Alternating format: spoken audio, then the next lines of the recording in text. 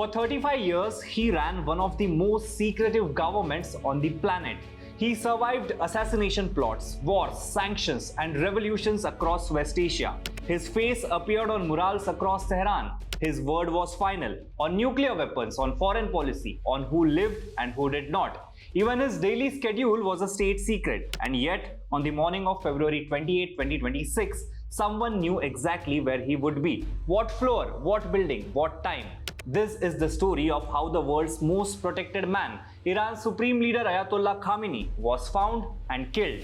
Hello, I'm Tejas and you're watching Lokmat Times. Before we start this interesting story, our usual request, please do subscribe to Lokmat Times if you haven't already and press the bell icon to never miss an update. Let's start not in 2026 but years earlier, because this story did not begin with a missile. It began with a traffic camera. Somewhere in Tehran, on some ordinary street, a camera blinked on, recording cars, license plates, faces, normal city stuff. Except it wasn't just recording for the Iranian government anymore. Without anyone in Tehran knowing, that camera's feed was being quietly copied and sent to servers in Israel.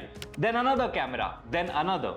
According to reporting by the Financial Times, based on anonymous US and Israeli officials, by the time the attack happened on Khamenei, nearly all of Tehran's traffic camera network had been hacked. Not recently, over years, slowly, patiently building up a picture frame by frame, street by street. Now, why traffic cameras? Think about what those cameras actually show. They don't just show cars, they show routines. They show the same black SUV taking the same left turn every Tuesday morning. They show a bodyguard picking up his lunch from the same place every day. They show which gates open before a convoy arrives, which streets suddenly go quiet when someone important is moving. Israeli intelligence, specifically their signals units known as Unit 8200, use this footage to build what analysts call patterns of life.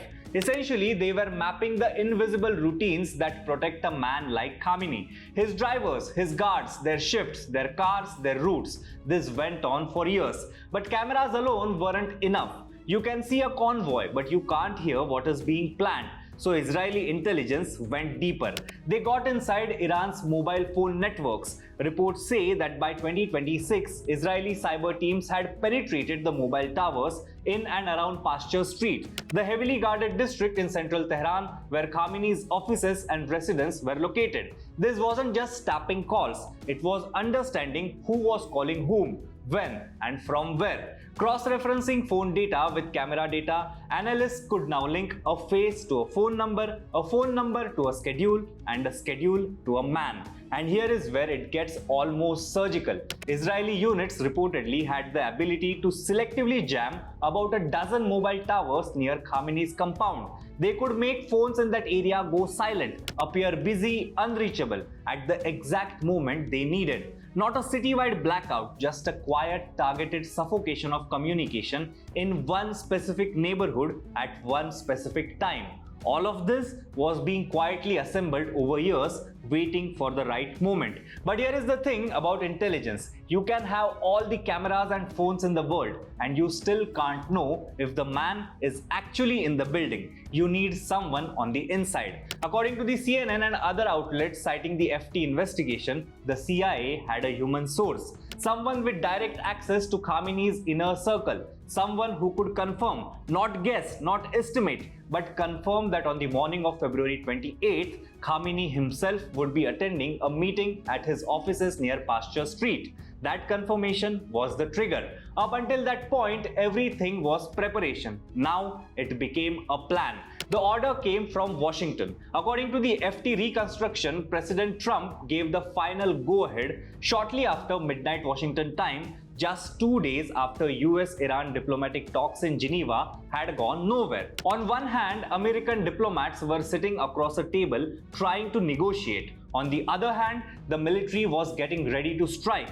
In the early hours of the Saturday morning, Israeli jets were already in the air, loitering, waiting, armed with roughly 30 long-range precision missiles. The weapons, described as Sparrow missiles in some reports, could hit targets from over 1,000 kilometers away. That meant the jets did not need to fly into Iranian airspace. They could stay far out of reach and still land a strike in the heart of Tehran.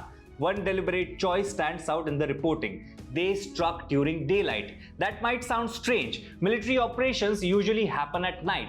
Darkness provides cover, creates confusion. But according to sources cited by Anadolu Agency, Israeli planners believed Iran's defenses were more psychologically primed for night attacks. A morning strike would catch them unprepared in a different way. Surprise doesn't always mean darkness. Sometimes it means doing what the enemy isn't expecting. Back in Tehran, it was an ordinary Saturday morning. Convoys were moving through the streets near Pasteur Street. Senior officials, their protection details, familiar routes, the same patterns that had been watched and recorded for years. The traffic cameras were still rolling, and somewhere far away, people were watching every feed in real time. The CIA source had confirmed it. Khamenei was there, in that building, that morning. Just before the missiles were launched, something went quiet in that neighborhood. Mobile signals around the compound started dropping. Calls went unanswered. Lines appeared busy.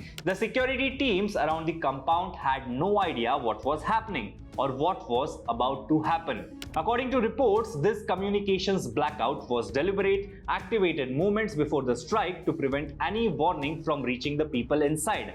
Simultaneously, US cyber operations reportedly went to work on Iran's wider air defense systems, targeting radars and command networks to reduce Iran's ability to detect or intercept the incoming missiles.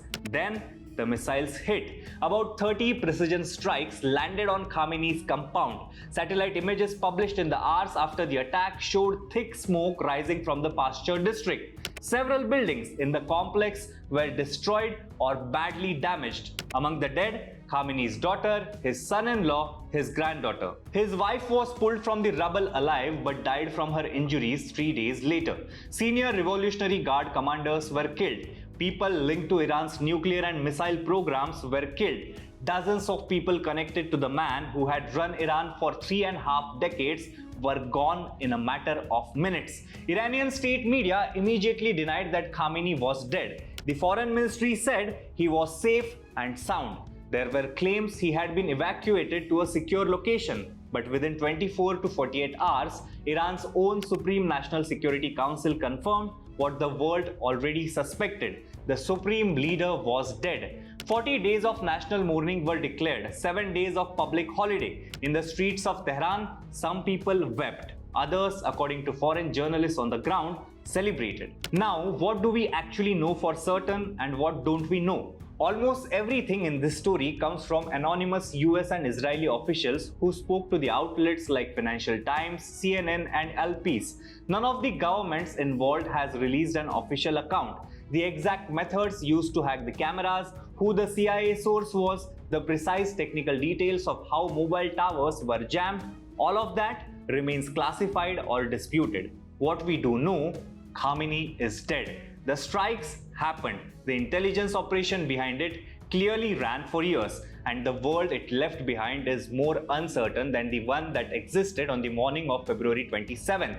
Iran is still standing, its military is still firing, the IRGC is still operating, and the question that no missile can answer, what comes next, is one that nobody in Washington, in Jerusalem, or in Tehran fully knows. The cameras are still watching, but what they are watching now is anyone's guess. That's all for now. If you found this story interesting, please share it, comment on it, and keep watching Lokmat Times for more such stories.